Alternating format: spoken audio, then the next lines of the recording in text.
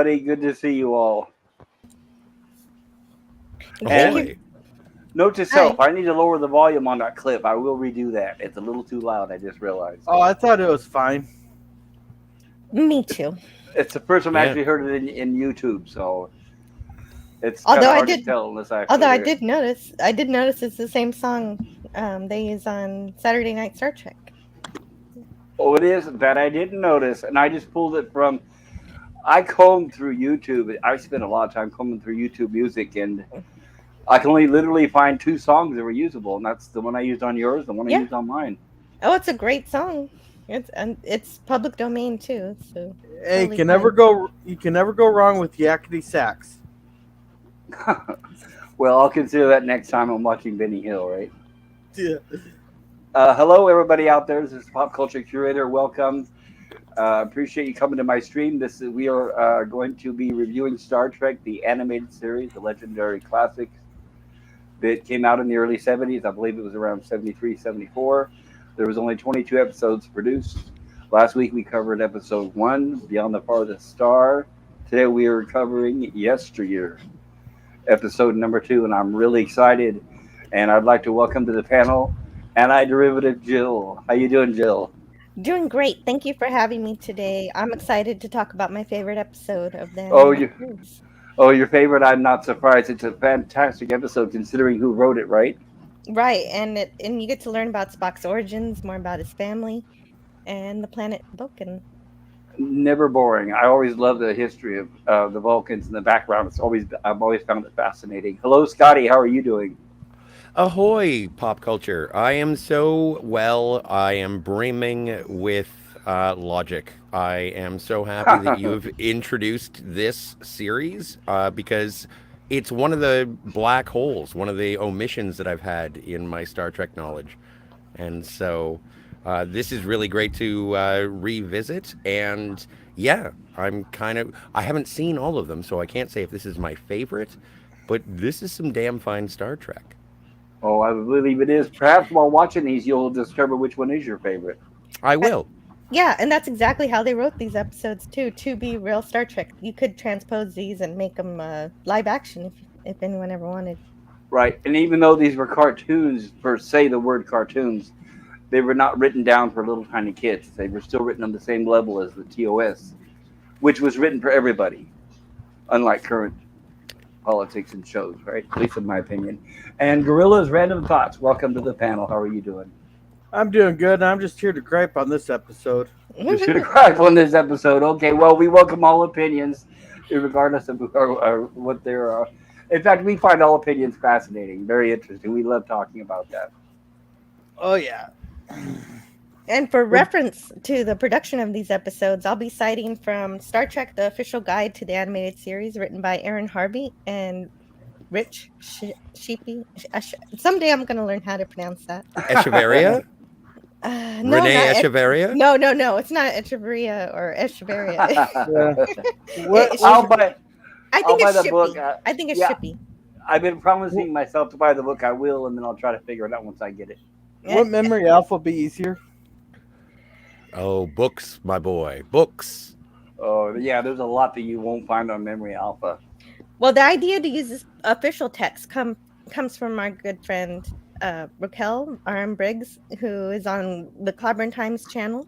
So everybody should subscribe to Clobby. And also read Raquel's amazing science fiction short stories. Absolutely. Yeah, feel free to show her intro if you want. Oh no, I don't have it on hand, but I'll just put her Okay. link. I'll just put her link to our books in the chat. Okay, I know I have my Stream Elements bot, but I don't know how reliable it is. Unfortunately, it's No, been don't kind worry of about it. slacking. I'm a copy and paste. Thank you. I'll try to help you the best I can. I'll try to watch out for spam bots this time as well. Well, I can watch the spam bots here. And hello in the chat to Son of a Red Shirt. He's driving right now. Might be listening, might not, but he might be here later. Hooray. Hello, yes, hello, son of a red shirt. Please drive carefully. Take your Who time. has the alarm going off? I'm gonna mute my Not me. mic. It's a car nearby, so I'm gonna mute my mic until they shut it off. Okay, that's fine. I can say a thing. Well, Jill, you mentioned that this is your favorite episode of the animated series. Absolutely. Yes. So how is that? Because it's such heavy and rich with Vulcan lore, both for Spock and Vulcans in general. And in just 22 minutes, we learned so much more about them that we never knew before this episode. Yeah. Plus, we get Kapla, Mark Bird. Leonard. We get Mark Leonard reprising his role as Sarek, which I bet was excellent. Absolutely. Hey, Bird, Kapla. Kapla, bird. Kapla Hello. to Bird of Prey 5. Welcome, Bird. Thank you for joining us. I hope you're doing well. Say hello to Mama Pray for us. When it comes to learning more about. See, I agree with you that you learn so much about Spock and you learn so much about Vulcan, but also Amanda is there, voiced by Majel Barrett, who Yes. provided a lot of the female, voice acting because, budget. But even the animation choices, because there is a point, and we'll get to it, but there is a point where Spock makes a declarative statement, and there is an animated response from Amanda that is sort of like so much like his father. And this is the first time we learn her last name is Grayson. No, she's Grayson in isn't she Grayson in Journey to Babel? Is she? I thought she I, was. I thought Grayson was revealed in this series, but you could be right. I I'm could not be sure wrong either. too. Yeah, I'd have to watch Journey to Babel, which we will be watching on Jill's channel soon. Yes. Well, not soon. Not soon enough. Not soon enough. Also, before the book gets into the episode reviews, it shares some information regarding writing the series. Gene Roddenberry was the executive producer, while DC Fontana was the associate producer. And this is why I consider the series canon. Fontana herself hired the writers, actors, and directors. She was directly involved in the editing process and cleaned up scripts to be sure that the episodes sounded like real Star Trek. She never wrote it like it was just for kids, like we already said earlier. So, yeah. Well, and Yeah, I get to hint that Spock may have been her favorite character. I get the feeling, which is totally fine with me. And that's mine too. We'll save more information about the director, music cast, and stuff like that for next time. Well, you know what, and I don't know why, but it just crossed my mind while watching this episode, which I do love. They really spend a lot of time on Spock's backstory when there's basically none of the other characters' backstory in the entire series, right? Not until we get into the movies, we get a little bit of Kurt's son and Dr. Marcus, but we never really learn about McCoy or Scotty or Chekhov. Or Uhura. Good point. Or Uhura, yeah. That It would have been nice. It would have been nice, but DC I'm not going to complain. Yeah, right. She should have written more. Oh, absolutely. You're absolutely right. But And yeah, go ahead, Jill. well, and Oh, no, it's fine. DC Fontana is the preeminent expert on Pon farr, and she is the one who said that people take Pon farr a little too seriously. Vulcans do not mate but once every 7 years. They can do it whenever they want, just like any other sexual creature. It's just too it's- bad she never put that in the actual TV show because Yeah. that statement is just external and not canon, no matter how much. I of an know, expert she but is if it- with Yeah. Vulcan. But if Yeah, it well- comes from DC Fontana, isn't that I sort of do like respect being? her, but Yeah. it's not in the TV show. It's not in Sorry. the text. I Well, understand. I could consider myself a expert on Pound Far also. Oh, really? How's that, Gorilla? You really want that on a live stream? So I'm Well- guessing what she meant in a nutshell was they can do it anytime, but they're compelled and have to do it every 7 years. That's what I heard. Yeah, from DC Okay. Fontana.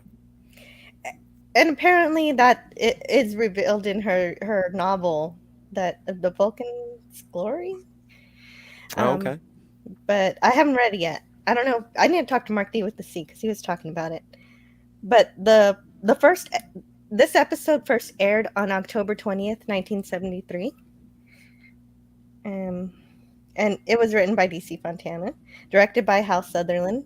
And as I said before, this is my favorite animated series episode as it deals directly with Spock's childhood and his struggle between his human and Vulcan sides. It's very clearly delineated here at just 7 years old which side he'll ultimately lean toward. And I couldn't love this episode more, but I'm not alone. Yesteryear won Best Contemporary Science Fiction Film at the second annual Science Fiction and Fantasy Film Convention in LA in November 1973. Yeah, imagine that for a cartoon, right? Mm-hmm. And I don't like the use of the word. Again, it's called the animated series, and I still kind of. I guess it goes back to the old argument between Trekker and Trekkie, but when it comes to talking about animated works, I wonder if it's a cartoon or if it's animated. And Well, it's when true. Cartoon when it- can sound kind of demeaning, I suppose, but childish, right? Well, no, but there are, like, I would say Tom and Jerry is a cartoon. Bugs Bunny is a cartoon. I adore Bugs Bunny. I'm not undercutting it in any way, shape, or form. But when it's long form dramatic animation, I don't think that it's a cartoon. That's just and I think that's something that I have to actually grapple with to go into this series, is that this is not Spider-Man 66. But This is not. When this series first was released, they didn't add the animated series to it. It was just called Star Trek. Right. Yes. The animated series part came later. I'm sure they wouldn't have liked the word cartoon either. They probably considered it derogatory. Like, remember the first Star Trek movie was called Star Trek: The Motion Picture. And I don't think that they were looking at this show as Star Trek: The Cartoon. This wasn't Gilligan's Planet. This isn't like the Partridge Family, and animated with a dog sidekick. This isn't Scooby-Doo. This is Star Trek. Yeah, that was the problem with. Well, okay, we're not talking about Gilligan's Island. I love Gilligan's Island, everybody. By the way, no offense. I do too. We'll have that on the stream. The live-action Gilligan's Island was already a cartoon. They just had to make it animated, but they couldn't do it anyway. And you can learn all about it next Thursday on our Gilligan's Island podcast. It's called No Lights, No Cars. No. It's called Those Poor People. Those poor people. Oh. You guys are seriously covering that? No. Oh, because I would be there for that. I love Gilligan's Island. Those poor people. They actually got letters from people around the world saying, "Why don't you go in there and save them?" You can tell Gilligan's Island's fake though, because they're stranded on that island for what, 15 years, right? I don't know. I don't recall. Yeah, I think they're stranded on that island for 15 years. So my question is, where's the kids? No one wanted to fuck anyone else. I apologize for swearing. But No, they were all That would be Gilligan's like Island. the only people Version, people who could make the sweet, sweet love are the Howells. And Right. they're obviously, beyond fertile age. Okay, I can understand Mr. and Mrs. Howell there, This is And I not know- the Gilligan's Island podcast you're looking for, my friend. Yeah, I think you're looking for Gilligan's Island survival style, like Survivor, where it's actually every man, every woman to the last. It would be interesting. Rated R. Gilligan's Island, take it seriously to see who survives till the end. I think Gilligan would really go first. I think you would get on everyone's nerves, and they'd probably find a way to make him disappear. They won't make poor Gilligan disappear. He was the second favorite next to Marianne. And hello in the chat to Dad Man Walking 55. Hey, Hello hey there. Good Bad evening. Man Walking. Welcome to everybody in the chat, by the way. We will try to cover all chat here. And we will also try and stick to the animated series of Star Trek. But if you would like us to do a Gilligan's Island podcast, then you should, support the Patreon. I have some slides. Did we want to share them, or we don't have to if you don't want to? Oh, no, that's what we're here for. I've been excited. I can't wait. Okay. Looking forward. This is it. Welcome to Yesteryear. Yeah. And I'm hearing background music. It's only my notification. It'll go away. Okay. It happened like literally right when she entered the slide, so Okay.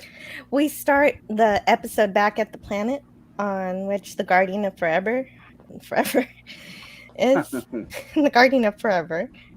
They call this planet the planet of the time vortex.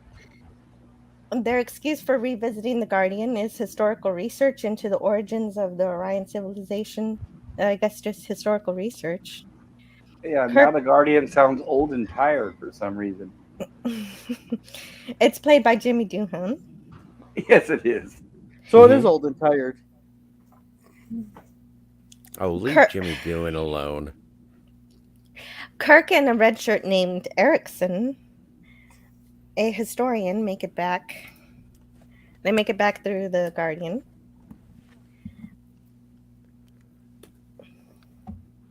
The travelers have returned. Is So how wait, it should sound. But Have it they does sound established like who- the travelers have returned. All right. My first gripe is a red shirt made it back from an away mission. Have they established who the woman is with the landing party with the black hair? She was an historian. Okay, gotcha. Yeah, I think she's just a historian. Yeah, anyone you don't recognize is a researcher, historian. Like Erex? Isn't that the name of the bird guy? Yeah, No, Erex right? is the... This one is No, he's- Eric's son. Eric's son is the three-armed guy, but Erex is the... The red shirt is Erickson. And Okay, the bird is and- Erickson. yeah, and the three-armed man is Eric's. Eric's, yes. The helmsman. Sorry. I didn't mean to get lost. I apologize. But Dr. McCoy is startled when Spock appears. He doesn't recognize him, and neither do the others who had just arrived on the planet. We know the planet itself is protected. The reason why I say he had to have just arrived, because we know that the planet itself is protected against shifts to new timelines. And so that's why it makes sense that McCoy doesn't recognize Spock. Okay, I got my first gripe here. All right. So in the episode City on the Edge of Forever, you got the Guardian Forever there. They knew there's a bubble expanding wide out, farther out than what the researchers are standing at now, was protected from any time shifts. So how would they not recognize Spock when he showed up? Even though they're inside that protective bubble. My guess was that the time shift occurred before they arrived on the planet. So they arrived after the timeline was altered. This is my Good guess, idea, right? Jill. Well done. It is a No. plot hole. You're correct. But Jill, that's my solution. because they explained later on the episode that those researchers there, the bird guy and the other lady in that, were looking up Vulcan history from 30 years prior when that shift happened. That's caused the shift in the timeline is from them looking up Vulcan history while Spock, Kirk, and the red shirt were inside the Guardian Forever looking at the Orion civilization. They said that they're looking up Vulcan history while they're inside. They're waiting for them to return. Right. So if the bird guy and the other researcher don't remember Spock, then you're correct. That was a mistake. Well, hang on. Before we go all strict rules of poker, or strict rules of golf, as Mr. Goldfinger would say. Okay, so here's my theory. In the City of the Edge of Forever, there is a moment where McCoy goes through, and then Uhura is on the communicator with the Enterprise, right? And then she says it just went dead. It just went dead. And so the death of Edith Keeler made it so that none of human history or endeavor ever happened, right? Right. Federation is no more. No dice, no Starfleet, nothing. But what happens here is just the death of Spock is not that important. I beg to differ in later episodes of Star Trek. Hello, hungry boy. No, Hey, but what I'm saying is that it wouldn't like, and this is the thing, is that the only curiosity of this emergence of McCoy pointing quite accusatorily at Spock, being like, "Who the fuck is this?" Um, like, aside from that, there's nothing else really changed. Starfleet still exists. Everything's still going fine. Kirk would have been here at this point anyway. It just, and also, I think it makes sense when we find out who this timeline first officer is. But I hate temporal mechanics. I feel like Miles O'Brien every time it shows up. Okay, so McCoy doesn't recognize him, and neither do the others, which might be a mistake. We know that the planet itself. I said might. No, I'm We with it. we know that the planet itself is protected against that, so we just don't know. Anyway, something happened while in the Guardian, so that Spock is, at the very least, no longer Captain Kirk's first officer.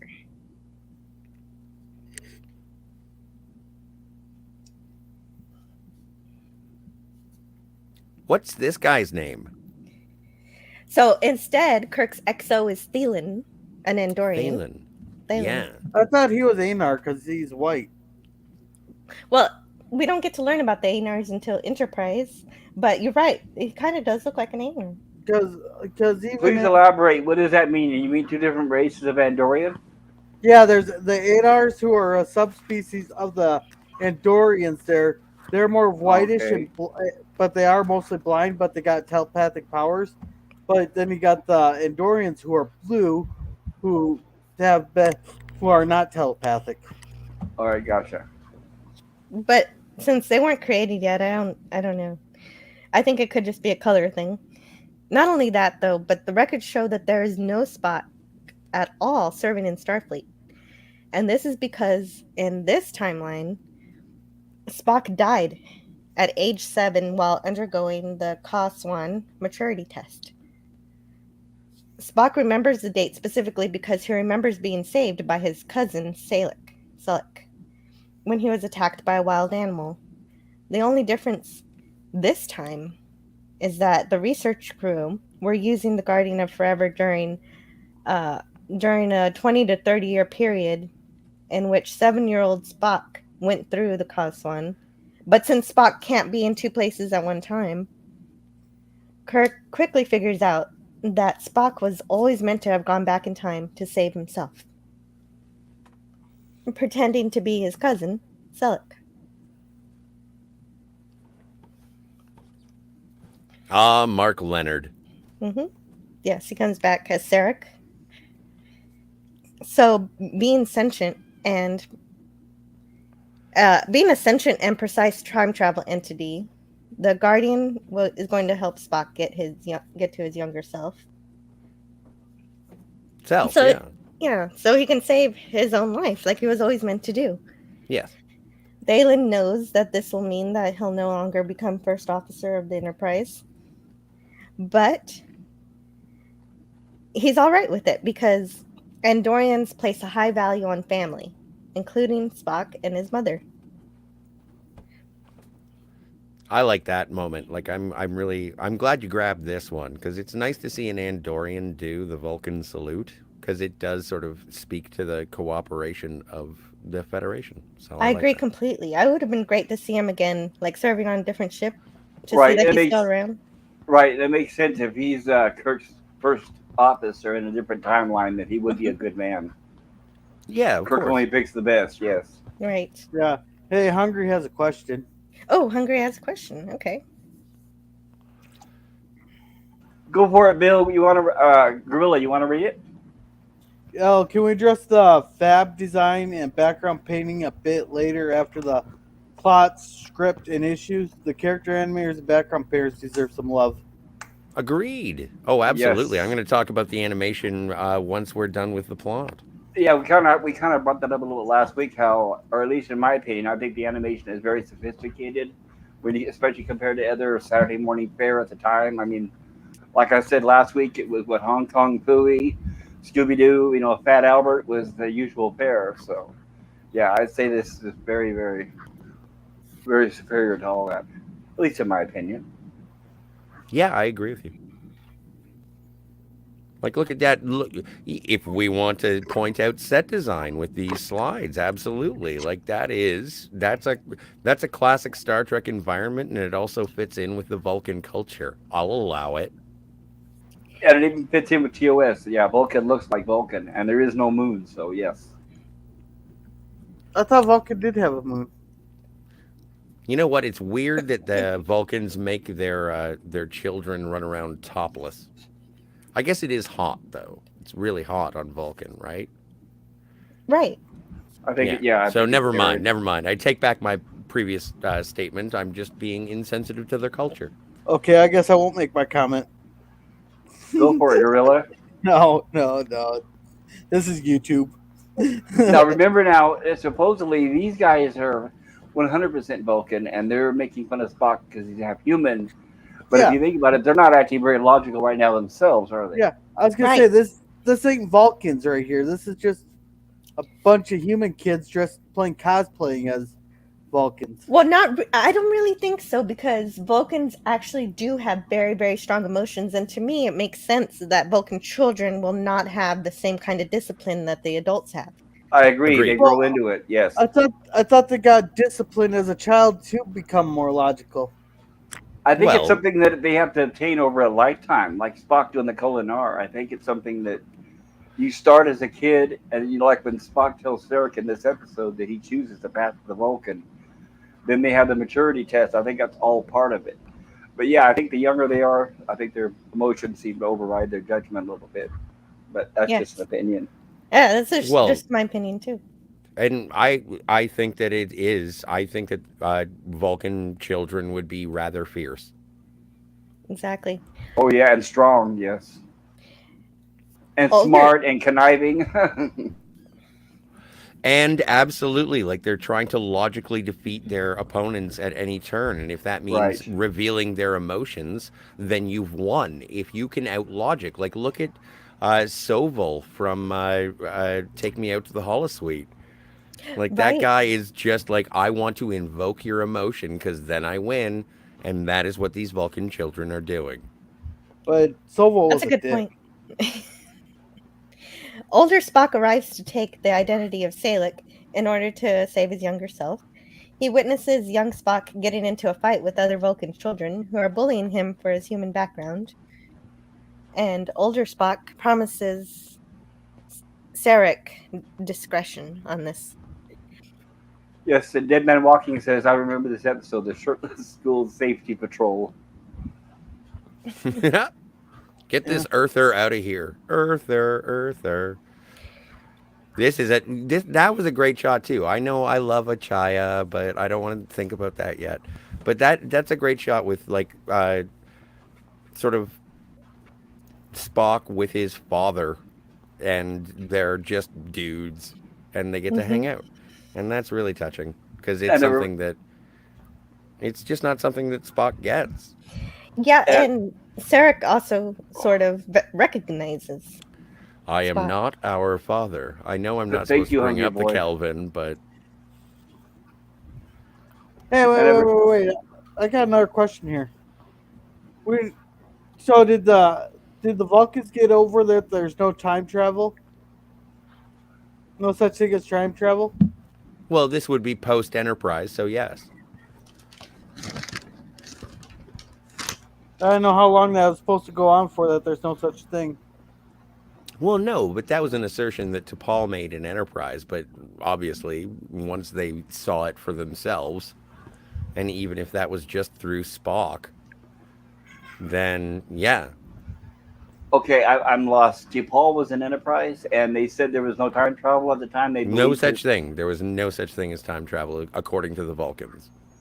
Isn't warp speed a form of time travel? I guess not, Um, huh? I don't know. I guess we need a physicist in here to tell us that. Well, it warp travel negates the problem of time dilation, so it's not time travel. That's true. Um, I will accept that. well, I'm just speechless whenever Jill talks about time travel or warp travel. So I'm obviously tongue tied. Stop it. So before we go further, the official guide does have some interesting information on the child actor who voiced young Spock, named William Simpson. It has a picture of him in the book, and I actually believe he could have played a live action young Spock too. If Right, he and got they used a boy and not a woman playing the voice of a boy. I thought that was excellent. hmm yeah, all he would need is a haircut from Nimoy's dad and an ear fitting, and we could have had a real episode with this. Anyway, though, I always loved this episode, but I never had heard this story until I read this book. Simpson was given the entire script to read. He was told to read it stilted with no emotion during his audition, and he did, and he was encouraged to do this. But he reveals later that he thought he was doing poor acting by doing it that way. This audition performance was used in the episode instead of having him come back to actually record it. The episode. I always loved this performance because for me it felt very much like young Spock's lack of emotion in his voice was forced rather than natural, which to me is very fitting for a half human, half Vulcan child struggling to hide his emotion through I agree. the steadying of his voice, already betraying or foreshadowing his choice to take the Vulcan path later. And I never even knew that it wasn't planned this way. It's perfect. And here we get the very first sighting of the Vulcan pet called a Celet, which was described in the original series as a big teddy bear with fangs. In the episode Journey to Babel, this Celet is named Ichaya. Spock, being half human, is at a crossroads, and as a good father, Sarek is guiding him to either choose the strict discipline of being Vulcan or the instinct and emotions of being human. Sarek says, "The time draws near when you will have to decide whether you will follow Vulcan or human philosophy. Vulcan offers much: no war, no crime, order, logic, and control in place of raw emotions and instinct. Once on the path you choose, you cannot turn back." And yeah, it's wonderful that Mark Leonard came back for this role. I always found it fascinating that Mark Leonard and Leonard Nimoy actually resembled each other, like they could have been brothers. They were only actually Yeah. a few years apart. Oh yeah.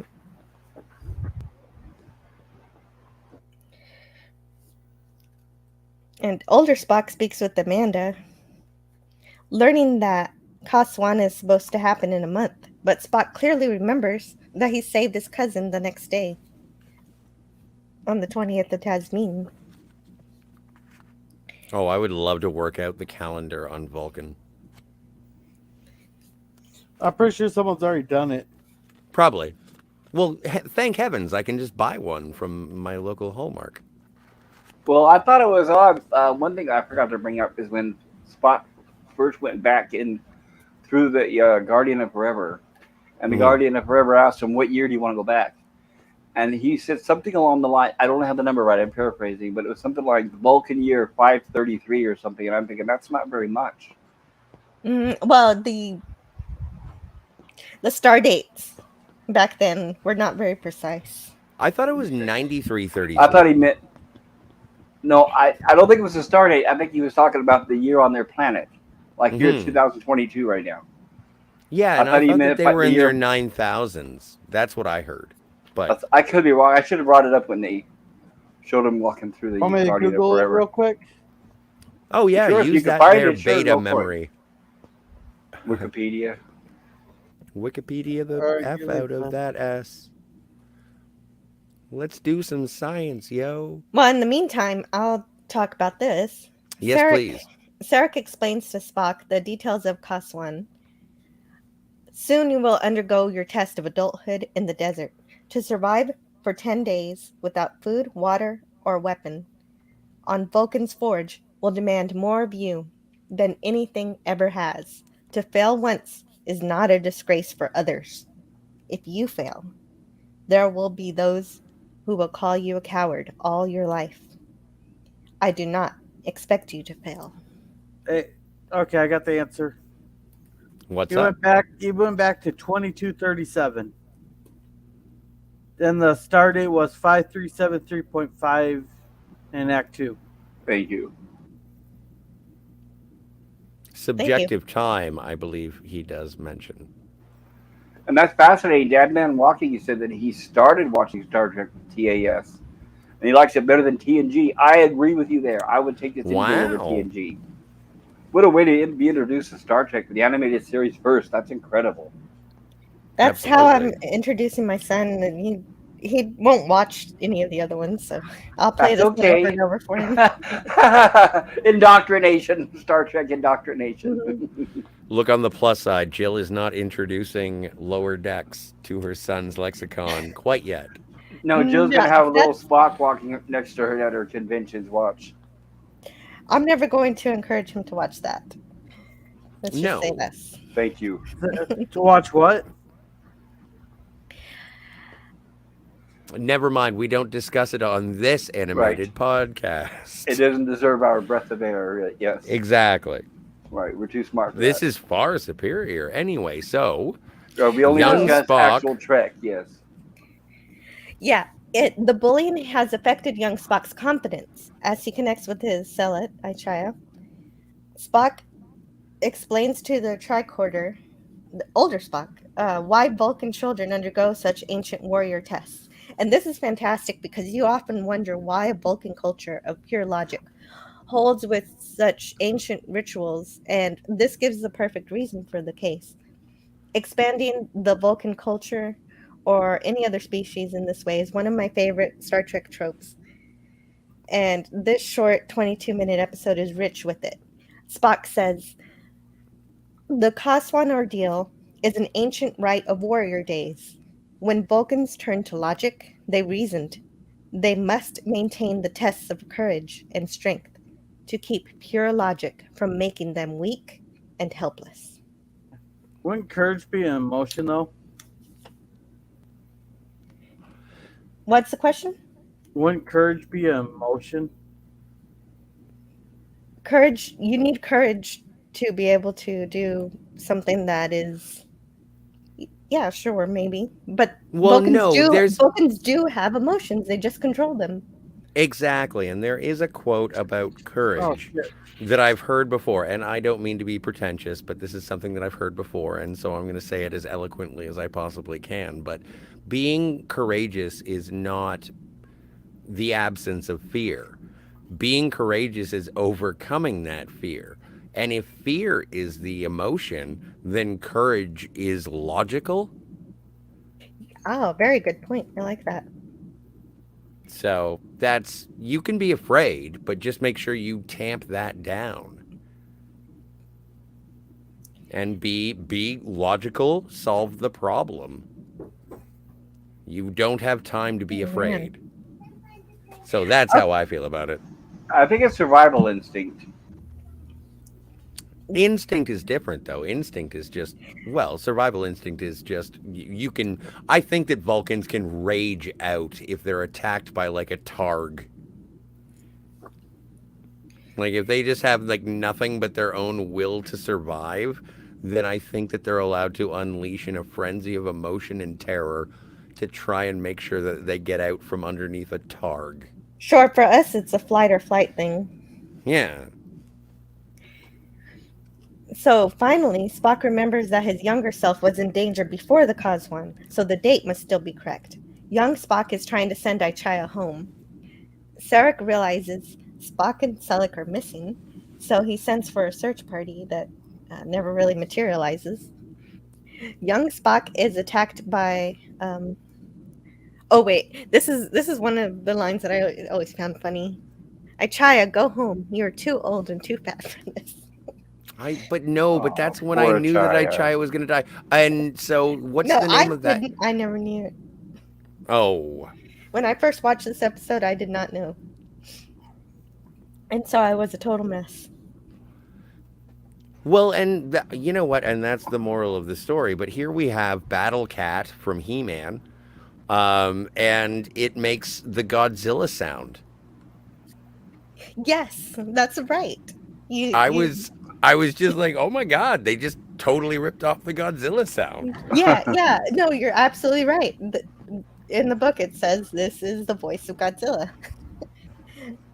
So, so And not only that, but the death of Chaya when you think about it, that's pretty heavy for a Saturday morning children's cartoon, and I thought that was excellent too. They handled Oh that, yeah. and they handled it well.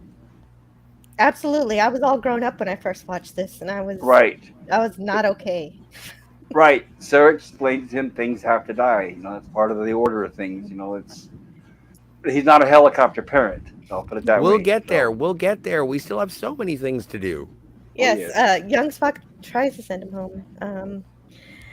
So Spock, young Spock is attacked by this green cat-like creature called the Lamasha.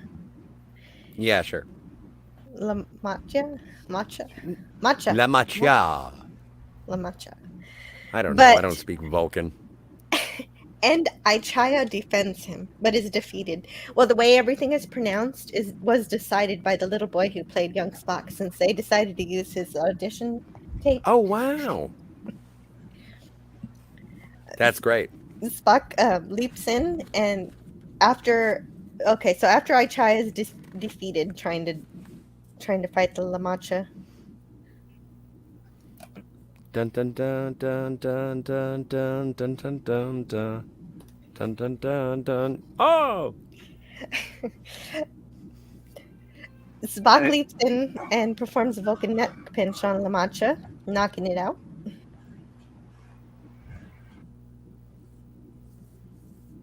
And apparently, one of the bloopers here is that the cat's head disappears for a second. yeah. There are a few in this episode we can point out. Forgivable. Like for example, it looks like Spock's boots are blue now.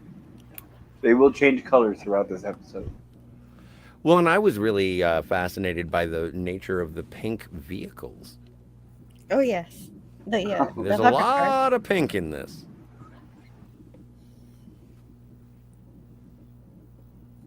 Young Spock thanks older Spock, saying, "Mother says you should always say thank you."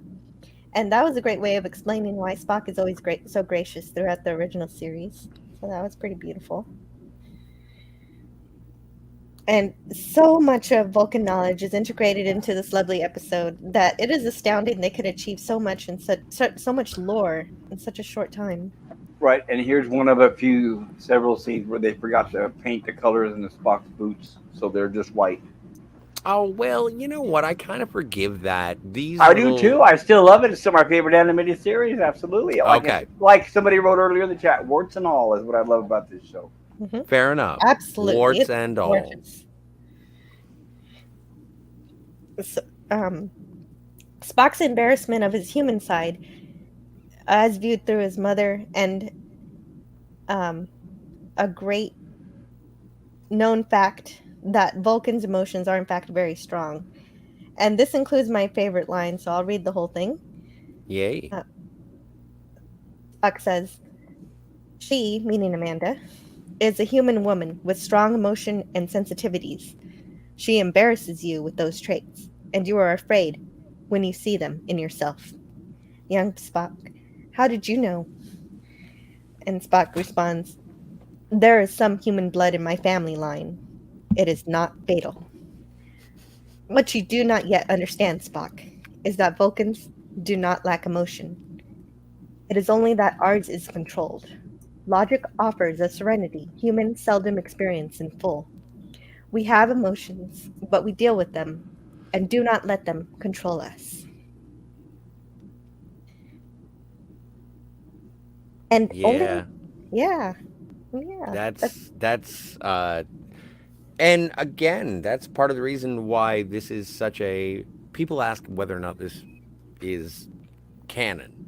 if this is, a reference material for Star Trek knowledge. And I would say absolutely, simply because of the character building of Spock in this.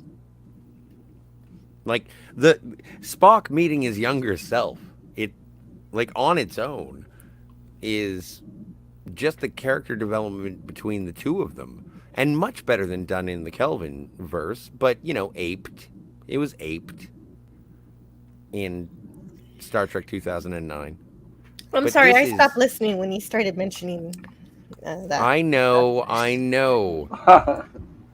I'm not allowed to use the forbidden texts. Oh, they weren't that bad. At least they said they were in a different timeline.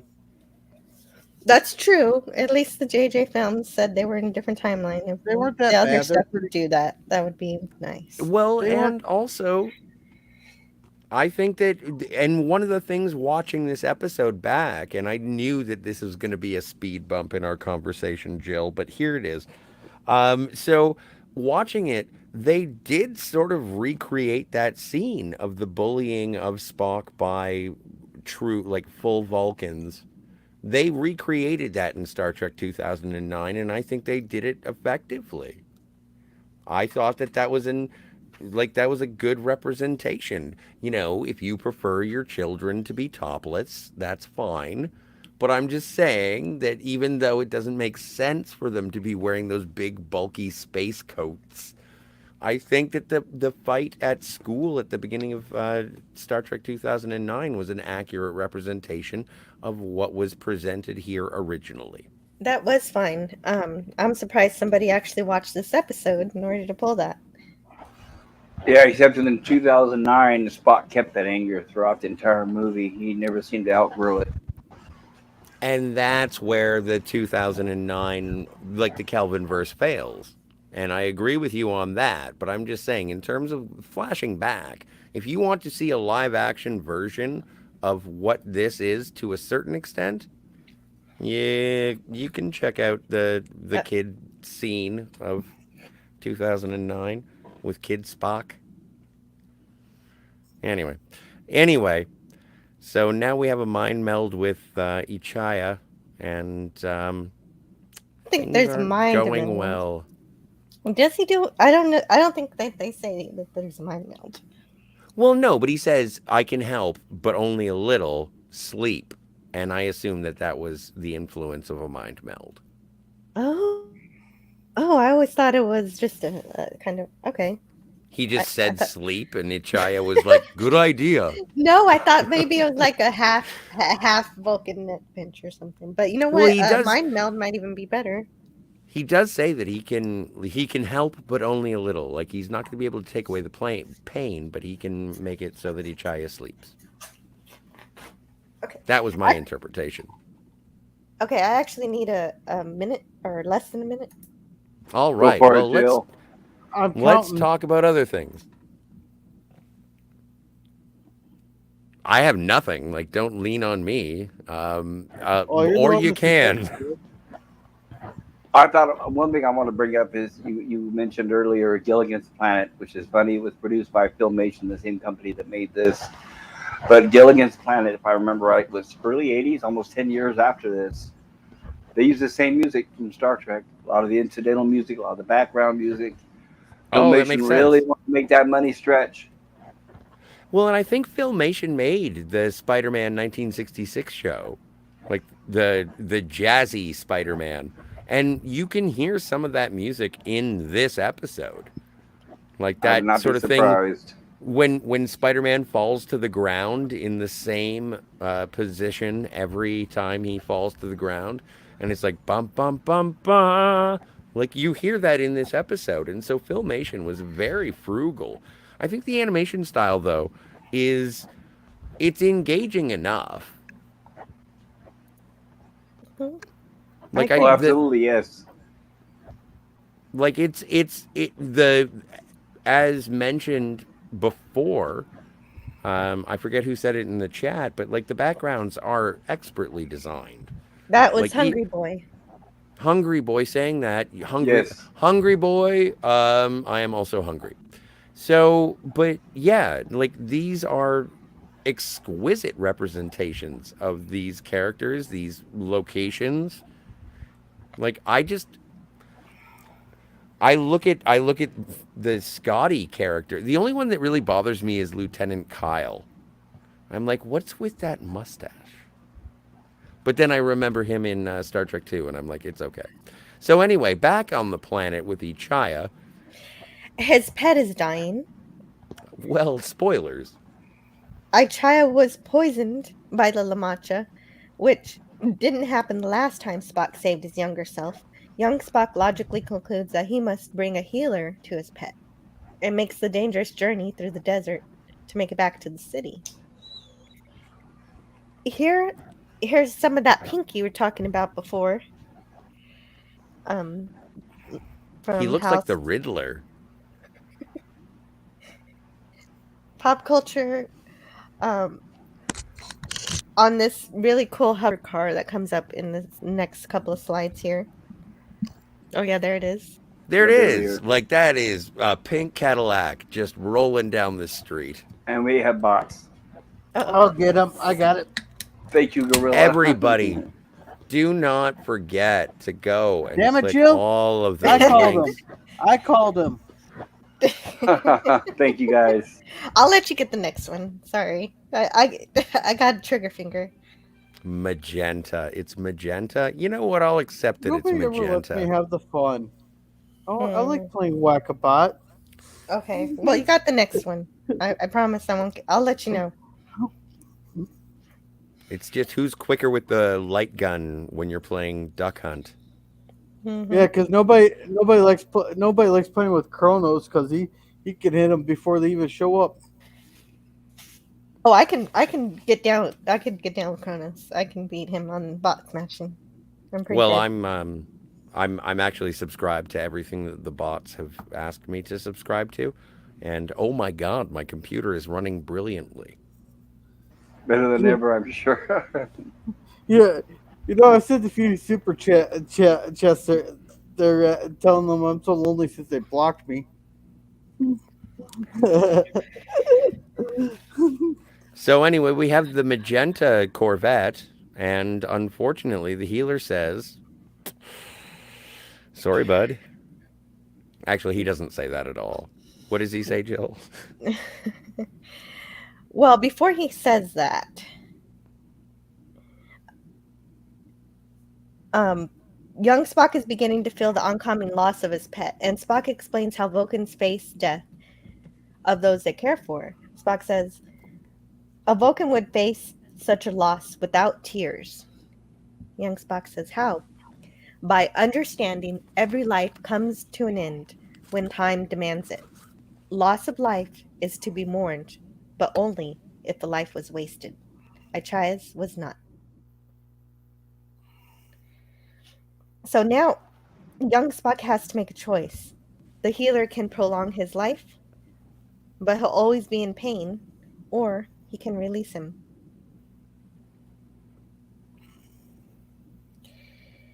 And like I said earlier, the first time I saw this episode, I was definitely broken up because I chose the human path rather than the Vulcan path. And but young Spock chooses to let Ichaya go because it is the right decision for his pet, and it's never easy. And even though Without pain and with dignity, Mhm. and that is, yeah, it is here that he's choosing the Vulcan path. yeah. And to me, it's one of the most compelling moments in Vulcan lore and Spock's history until we get to the motion picture. I just can't believe how much we're able to cram into this 22 minutes. It's 24. fantastic. 24. Okay. Sorry to be a stickler. Oh yeah, I did say 22 earlier because 2 minutes Episode are like count. part Yeah, I of was it. thinking Right. 22 episodes. I kept thinking 22 minutes, 22 episodes. But yeah, you're right. Imagine we actually had, out of a 30-minute show, we had only 5 minutes of commercials or less. You wouldn't find that anymore. I had to figure out that I wanted to buy Lucky Charms. Come on, that's why. McDonald's always dominated the ads, even back then, and they still do. McDonald's? Anyway, No, I haven't seen a McDonald's one in years. You probably don't watch the stuff that's targeted at kids. Well, you got to remember now we don't really have Saturday morning cartoons, but if you tune into Cartoon Network and any of those, you'll find the ads that are mostly Ronald McDonald. There was a survey where they interviewed kids. They showed them a picture of Ronald McDonald and they showed them the picture of Jesus. More of them recognized Ronald McDonald than the ones that recognized Jesus. So that's the oh power my of stars. advertising. Scary, unfortunately. Well, now Well, they and don't use Ronald much anymore. Oh, that's Well, the good to hear. creepy clown? Yeah, yeah, I always no. thought he was creepy. Yeah, I thought he Well, was creepy too. well, when I was a kid, they had these playgrounds that were all made of metal, and those were fun. But they got Well, rid you of Yeah, those. remember? like I always wanted to see Grimace. I never wanted to see like I wanted to see Hamburglar. If I Yeah. even caught a glimpse of Ronald McDonald, I was like, get him away, get him away, get him away. Hey, you know why they call him Grimace, don't you? I can't wait to find out. Here we go. Go ahead, Gorilla. Yeah. Well, look at what the shaping was he in the shape of. I thought he was like a milk. I thought he was a milkshake. Well, he looks more like a butt plug to me. Like a what? Oh, okay. I thought Grimace was the representation of pouring a milkshake into a cup. Well, that just derailed real fast. Well, no, I'm just saying. You know how you get ice cream headaches by drinking milkshakes too fast? That's how you get a grimace. That's why he's called Grimace. Or they. I don't know what Grimace is, but I don't know how Grimace makes with the sweet, sweet love. Moving back to the animated series of Star Trek. You're Okay, welcome. Sorry, pop culture. so, Oh, so you're there. okay. It's okay. I've heard worse. Well, yeah, we were talking about advertising in the middle of the show, so it makes Yes, sense. exactly. Now, back to Star Trek. Thereafter, older Spock, playing at being the cousin Selleck, makes his leave, with young Spock just having learned the Vulcan neck pinch. I guess at some point off screen he taught him that, or Spock just witnessed him do it to a giant mountain lion, so that was good enough. As You know, anyone and else. it's the only part that doesn't fit is because he goes back to school and he's like, why do you have to go back to school for studies? And it's like, because I have to practice my Vulcan neck pinch, which in ultimately says I gotta go and I'm gonna swear, I apologize, earmuffs for anyone who, like, I have to go back to high school and fuck some bitches up, and I'll be back in a flash. Well, yeah, essentially that's what happened. Yeah. So, and that's nice, and that's because Spock taught young Spock how to do that, and And that's the great. and the only repayment that older Spock wants from Sarek is for Sarek to understand his son. Understand your son. And Mm, you know what the most heartbreaking thing about this is? He doesn't. no. Not yet. Not yet. But he Well, will. not until Star Trek 4, arguably. But no, like he hasn't spoken to his father. By the time when you have a Journey to Babel, it's like they are ostracized from one another. Right, because he took a different career path than Sarek wanted. Yeah, I thought it was Yeah. I thought it was fascinating that arc of Spock between him and his dad. They spent so many years on that arc and they finally closed it. I thought that was great. It Well, was and something they did not leave open. I think that one of the sort of because we're talking about this episode and the character of Sarek, like one of the most compelling performances of Sarek is when Patrick Stewart plays him in the episode Sarek in the Next Generation, and when he has like not Irumodic syndrome. What's the Bendai syndrome? Is the Vulcan affliction, and he is just absolutely brimming with the regret of his life. And you like this episode of the animated series sort of informs that of the character of Sarek. It informs it into the character of Spock. I really love it Like I think this is Jill, you say this is your favorite episode of Star Trek the animated series. I would say this is the only one that I've ever seen aside from the first one. So like I after this, your entire retrospective is going to be new ground for me because I've seen the first episode and this one. And then the rest is I've only read the books. Well, after we get through the next, oh well, you read the book. That's just as good as watching the episodes, actually. But um, after we get through all 20, you'll be able to tell which one's your favorite. I will. It'll So that'll probably be fun. be it'll be Mud's Passion. That's funny. That's a good one. I haven't I seen think. it. I think it's a good one. I don't know. Anyway, let's talk about Yesteryear. Yeah, yesteryear. We're almost done. So Spock, having saved himself, is able to leave the timeline, having restored it to the original timeline or created a new timeline in which everything is great. And Yeah, I'm the gonna only plead a Miles O'Brien here. and having saved himself, yeah, he timeline's restored, and the only difference is that he lost Ichaya, or is it Elchaya or Ichaya? I don't know. It's Ichaya. I Yeah, try that, I think. okay, that's what I thought. Kirk says a pet. Well, that wouldn't mean much in the course of time. And Spock says it might to some. McCoy's brief moment at the end also was pretty delightful, even though we don't get to see much of him, as was his exchange with Spock and some of their classic humor.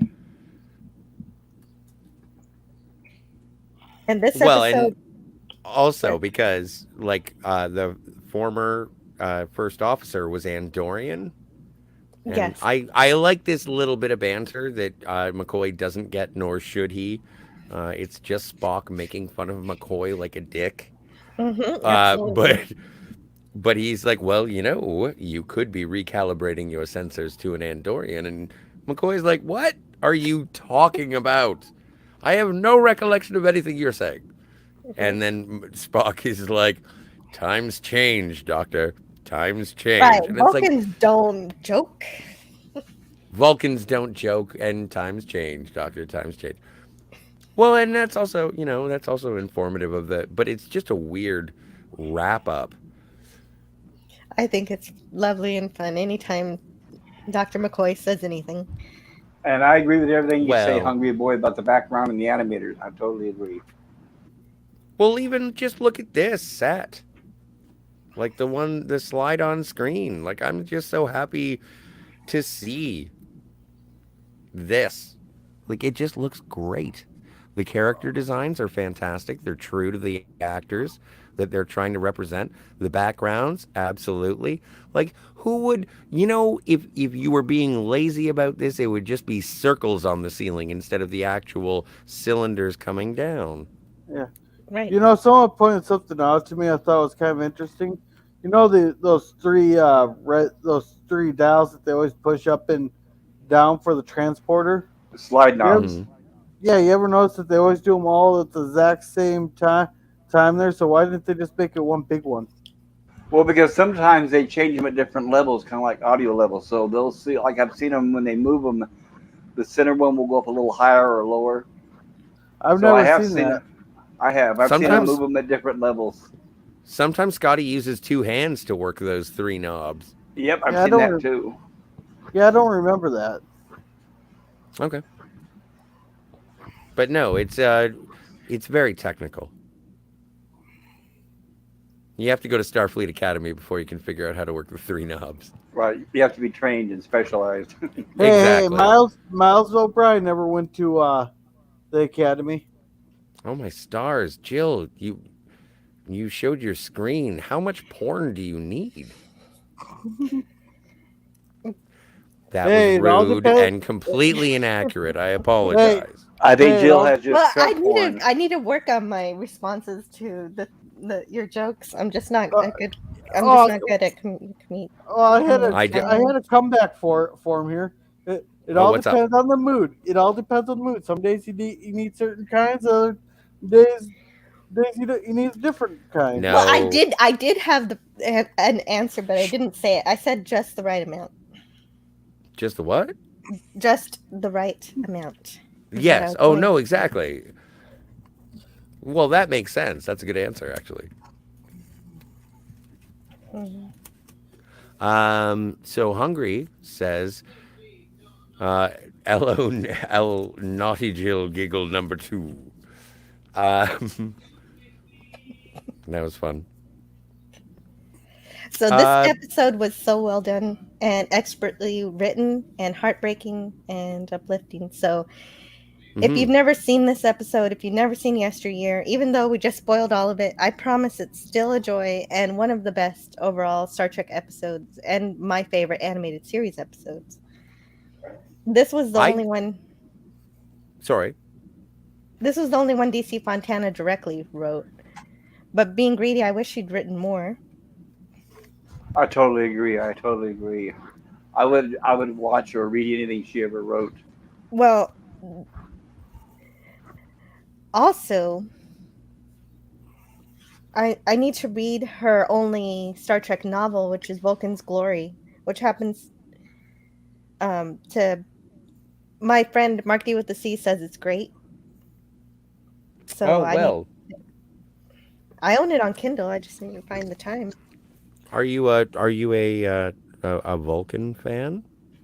Yes, I think that's safe to say at this point. Spock's World. Who wrote that? Oh, I can't. It's glary. Diane Duane. Oh, thank you. Cool. But Is that it good? is actually It's like the motion the picture era's Spock. but the first explanation, and Diane Duane does take inspiration from Yesteryear in Nice. terms, yeah, and it is all informed by, the complete proper canon. But one of the things, and I don't mean to sort of hijack, but I think that this is important because a lot of people talk about the cultural impact of Star Trek, and obviously the diversity and the first interracial kiss, but also when it went to, this is the second episode of the animated series, and they decided that their second episode was going to be telling children how to deal with the death of a pet. This is Old Yeller for Star Trek fans. Yeah, they I didn't shy away from firmly it. believe that.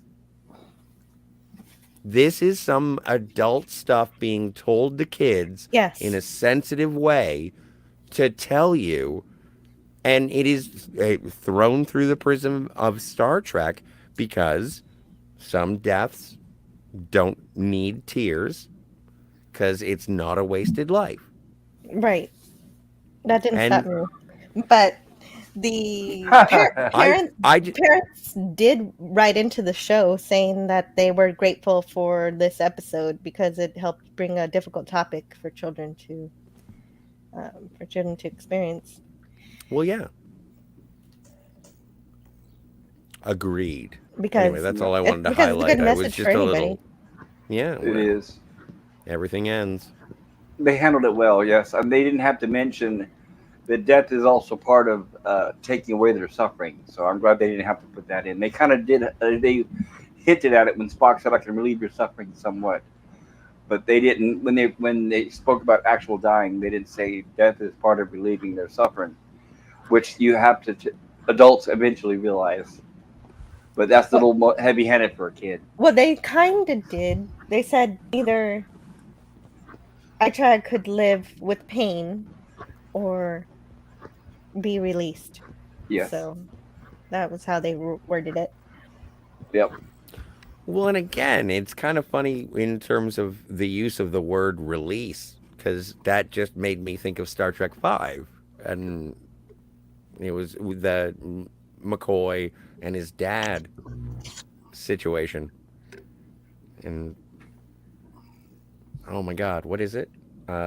McCoy, Leonard H., son of David. So when Leonard and David We're hanging out in the Cybok psychosphere. Anyway. And only share my screen when you're ready for the trailer for next week. Oh, what? Okay. What's going on next week? What? Are there going to be Kazinti? Another exciting I don't know. episode. I don't know. I haven't watched it yet.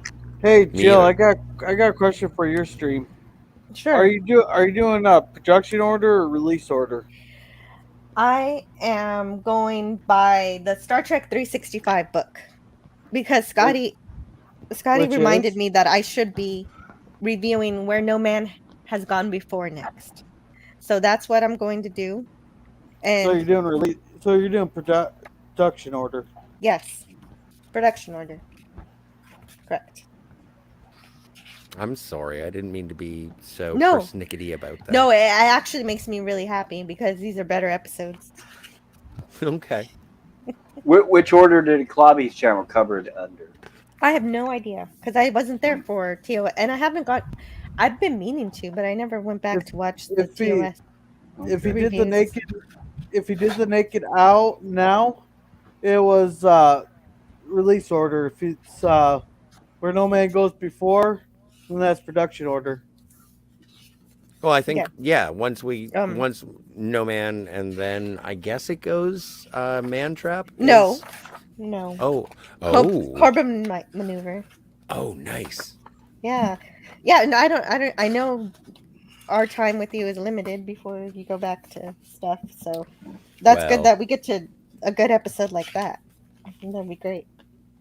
Yeah, I think that the Corbomite maneuver might be sort of the end of my contributions for a bit, but yeah. That would be. That's perfect. Okay. I'd be happy for that. Well, any bit is appreciated. Hmm. But the beauty. Well, no, I can still do TA. I can still do animated. I just can't do because Jill. What time do we start on the original? 11 a.m. when For yeah, you, so that's, which is Oh, wait. noon for me. oh, I that's guess. noon for you. Yeah, noon Wait, for you switched it That's again? not bad. That's not bad. Uh, Sorry, what? well, I had to move back an hour because I kept running into my chores that start around 2:30. Well, we So can move it up. We can move it no, up if you want. Me up. 11 a.m. is my new time And that's central. and central. Yes. Wait, I thought you. Okay. But you started at 10 last Friday. Oh, right. Well, that was special. That was special for Gene. I wanted all Oh. the time in the world for Gene Roddenberry's 101st birthday and my first, my 1 year Anniversary. Yeah, of that was a being great on stream. YouTube. That was such a great stream to listen to. All the wonderful stories people had to share about Gene Roddenberry. I really enjoyed that. I was able to meet him twice at two different conventions, Wow. and I'm really happy. I wish I could have had you on the panel too. That would have been great to hear about. I know I was driving, and Mhm. when I work, I have to pause and then catch up 10 minutes later. So by the time I hear a lot of it, you guys are already 10 or 15 minutes behind Yeah, that makes sense. or ahead of me. So That yeah, all I happens can to do me is like, too. oh. But still, yeah, it was very, very fascinating. The last appearance that I saw him at was right before, not long before, within a year of him passing away, and his hearing had really gone severely at that What? point. His hearing, he had Majel Barrett next to him, and when people were shouting out questions from the crowd, she would have to repeat them in his ear, and then he would call out the answer. He had a mic in his hand. Oh, and It's going to be interesting because I'm going to have an Interesting. opportunity to meet William Shatner in the next month or two. And whatever you do, don't cancel it. Don't be responsible and be there. just really, wow, Admiral.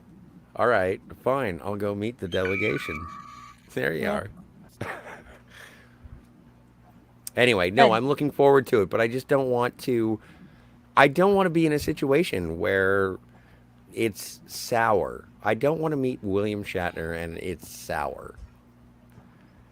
Oh, yeah. Well, I hope it isn't. I think No, I know, if but he I'm starts, afraid of that. Well, you mean his health declining? That too. Ooh, and I don't think his health is declining. I think William Shatner is going to live forever.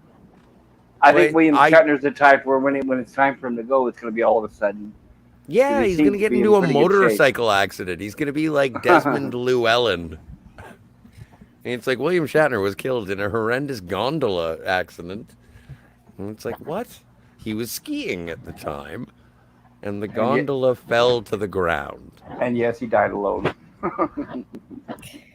Unfortunately, there was a bridge on top of him, and now he is an eternal meme. Okay. Maybe he'll die in a horse accident. He loves race. He loves his horses, so maybe it'll be with Oh, but horses. I wouldn't wish No. that on anyone. Let's Well, not same here. I discuss it. wouldn't either.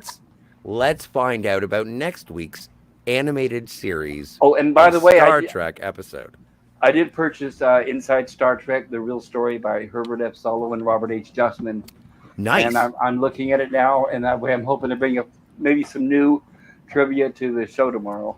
Maybe something new we Oh, haven't great. heard before. That's cool. Yeah, because I have a different book that I'm referencing. Exactly. The more the merrier. Yes. And these are two people who actually had hands on in the show of the production. So yes, Wonderful. excellent book. Excellent. It's an amazing book. It is one of the production. When you read biographies of certain events, I guess they're just historical tomes. That is one of them because I believe those guys. Oh yeah, and then right, and that's like like earlier, like Hungry Boy said, warts and all. A lot of times we hear about the glossy sides or rose-colored glasses, but they are honest when it comes to the making of and Gene Roddenberry and all that. Well, it's like, have you ever read one of those exposés about the Batman show, like with Adam West and Burt Ward, and Oh what a yes, crazy swinging '60s show that was at the oh time? yes, oh yeah. Well, and when you think about the time and the production, like, why would Star Trek be different? Well, we're so And lucky that Star usually, Trek didn't like Lost in Space. Remember, Lost in Space said, "Hey, look at Batman; they're popular." So that's why the last two seasons turned into hokey beat garbage. Well, I don't want to say garbage. I did like the shows, but so many shows did take that influence from Batman. I'm glad Star Trek did not. They still kept it somewhat serious. yeah, but that's also why it got dumped to Friday night in the third season. Right. Well, It and was like, Fred, you're not Fred. hip enough. You're not cool. You're not swinging. You ain't Adam West enough. Well, they kept bouncing it around all three seasons, but when by the time the third season came around, when they had Fred Freeberger producing, it just didn't have the same, I guess, the same notoriety. Yeah, because he wanted more action and stuff. And he didn't Yeah. really understand Star Trek very much. And cut corners. That's why we got so many episodes where they're just a black background. Like which I like those episodes, but they were really the budget really showed the lack thereof. Like Well, and Spectre of the Jill, Gun. well, Spectre of the Gun is amazing, and I think we all agree upon that. Well, sure, there are some good episodes in the third season, but Yeah, Lost in definitely Space. there. Lost in Space did a couple episodes like that too, where, also as well, where it's just a blank studio with just a few props and a black background. So it wasn't, something that happened on a regular basis apparently back then. But Jill, on your 101st birthday show, you mentioned that you had been reading the biography. Yes, I only got about 20 pages in. Yes. Have you continued to Mm, venture into the not life yet. of? Okay. I haven't had time because I've been preparing for some stuff. Oh yeah, no, for fair enough. for I'm my not. Deep Space Nine stream with Raymond. So I've been Who's This who's isn't a auto, book report. whose autobiography are you reading? everything is a book report, Scotty. Everything. Oh, Jill. This is Whose why you like biography are me, you is because reading, Jill? I'm not as responsible as you want me. Gene Roddenberry. No, you don't have to be. Oh, Uh, nice. I'd like to not hear that. not that. It's just everything's a book report to me. Fair enough. Fair enough. No, I enjoy it. I'm a big crammer, so I'm looking forward to I do that more too. Star Trek. Hmm. Me too. Me too. I and especially in this iteration, when in the animated iteration, I'm sort of this is all new, and I'm fine with the animation. I grew up in an era where this was just what animation was, and it's like, okay, and the stories are good. Like the first two have been great. So I'm looking forward to continuing this journey. Right? Yeah. Well, that's me too. Same here. I totally agree. I can't wait. I'm excited. We've got 20 episodes left to go. So yes, What's next week? So tell us about it, Jill. You want me to share the screen yeah, now? so share the screen. Okay. Thank you everybody in the chat Oh, for wait a joining us. minute, but don't we Yes. want to plug channels? Because Yes, that's what I was going to tomorrow, ask. tomorrow I'll be reviewing the original series episode where No Man Has Gone Before on my channel at 11 a.m. Central Time, and a- and 12 I p.m. might I Eastern. might have something on Friday. I don't know yet. I don't have anything prepared for that yet. Great. Yeah, And please join us tomorrow, everybody. It's going to be a fantastic show. Gorilla's random thoughts. What do you have going on your channel? On Wednesday, we were watching Beyond Belief, Fact or Fiction, where we tried to guess which stories are true and which ones are bullshit. On Thursday, thanks to Scotty R37 there, we are me, John DeMarco, and Tokyo Trekker are defending the Inner Light. Then Saturday, we're Oh, watching. wow. Yeah, wow, you picked the Inner Light, like one of the most loved episodes of Star Trek: The Next Generation. Yeah, I don't like it at Yeah, all. yeah, he's You being nice. don't like it? No. Scotty's my Wow. new favorite picker because he was so nice to me and gave me such an easy episode to defend. I know, right? It's not like I had to do Frozen and all that. The other guys are trying to break Not me. liking the Inner Scott, Light is like saying you don't like that we sent out Voyager 1 and 2 into space. But yeah, okay, anyway. but then Sorry. Saturday's Babylon 5, and then Sunday we're watching the reboot of Are You Afraid of the Dark? They did a reboot in 2019. Oh, is that the one with Jack Black? Oh No, that was a Goosebumps movie. Never mind. I'm sorry. yeah, no, it's our afraid. Are You Afraid of the Dark? It's a show from the 90s that, like any 90s kid will tell you, they know. Are You Afraid of the Dark? And Yes, I watched they're all of the stuff on Nickelodeon. Yes, it was a It's one of my popular deep dark secrets. popular book series from well, come Scholastic. join us next Sunday for the reboot. What? There's a reboot? Ugh. Yeah, in 2019 they did like a 3-episode reboot. Was it good? Yes. It did a justice. It did it justice. Hmm. There, Cool. so I thought it was pretty good. Yeah, it was like Tales from the Crypt for kids. I don't even remember Tales from the Crypt. Oh, I it's do. another show that's fantastic. You should try. Maybe we'll do some watch parties, Gorilla. I think you'd like it. Okay. Good Yeah, stuff. really good production values. It was made by HBO. It's like Creep Show the movie, if you've seen that. Similar. Okay, so Scotty, what's going Yes. on? Yes, What's Scotty. going What on do you at got? the Phantasmagorium channel? I do have a channel. It's called The Phantasmagorium Show. You can find it on the tubes that are you. And there's a website as well, the phantasmagoriumshow.com. And I think that's what it's called. I don't know. I never go there. We have a Twitter. And this Wednesday, we're doing The Hateful Eight in our ongoing Quentin Tarantino retrospective. Oh, I love that movie. Really? Anyway, so you'll find out all Sorry. about it on Wednesday. I didn't even want to say that out loud. Oh, But it's not necessarily that I'm not a fanatic over Quentin Tarantino. It's believe it or not, I'm a fan of the camera they used to shoot it. If that makes any sense. Yeah. well, and I am on with my my lady in brain detail, Catherine Sly Snide, and yeah, and Steve is there as well. This week we're going to have Cinema Gulp, Ben from Cinema Gulp on, and we're Nice. going to be talking about it, and hopefully people will come and hang out and tell me why I am wrong. So So, sub everybody and but hit that alert. exactly, and if you would, but the more important one that I'm really looking forward to is tomorrow on Jill's channel when Yeah. we talk about Where No Man Has Gone Before, because I Absolutely. really enjoy One of my favorite things in the entire world is talking about Star Trek, and one of my favorite people to talk about Star Trek with is Jill. Yes. Yeah, Oh, Same here. absolutely. I forgot something. I think it's Go on ahead. Thursday here on Tokyo Trekkers channel.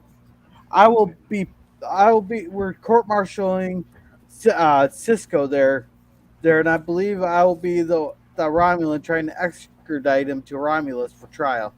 Interesting.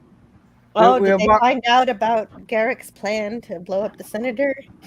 Yep, and Oh, we've already court martialed Janeway there. I defended her last Thursday, I believe it mhm. was. And Scotty, So aren't you So also going to be you're not covering such a Quantum great Leap? lawyer. what? So you're not such a great lawyer then. I'm just kidding. No. It's not my fault that the jury was bribed and the prosecutor wasn't related to the judge. Well, that sounds like Well, a fun show. yeah. No, it was a lot of fun. It was a lot of fun. Well, and also, good question. Yeah, no, we're Jill and I are going to be talking about Quantum Leap Oh yeah, Yes, September I want. 8th on Star Trek Day. Yeah, I on want to try Star to Trek be Day. there for that. I love Quantum Leap. That's probably my second favorite series behind Star Trek. Mhm. Oh boy.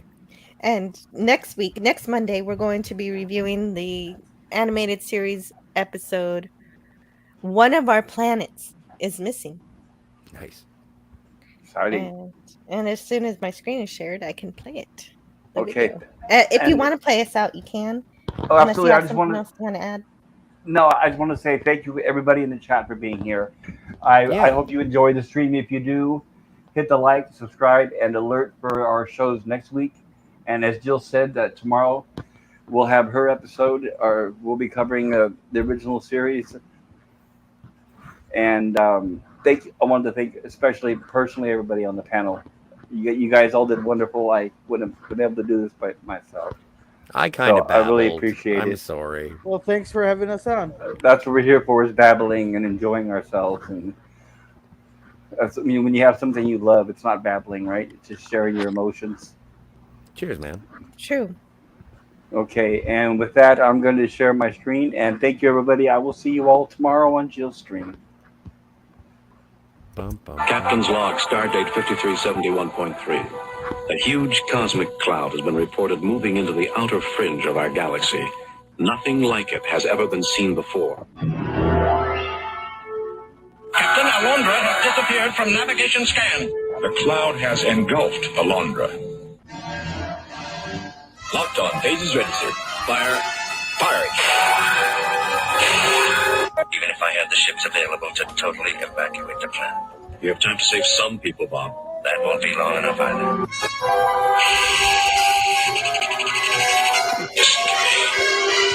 Listen to me. I am very small, and there are many of me. We are in a spaceship within you.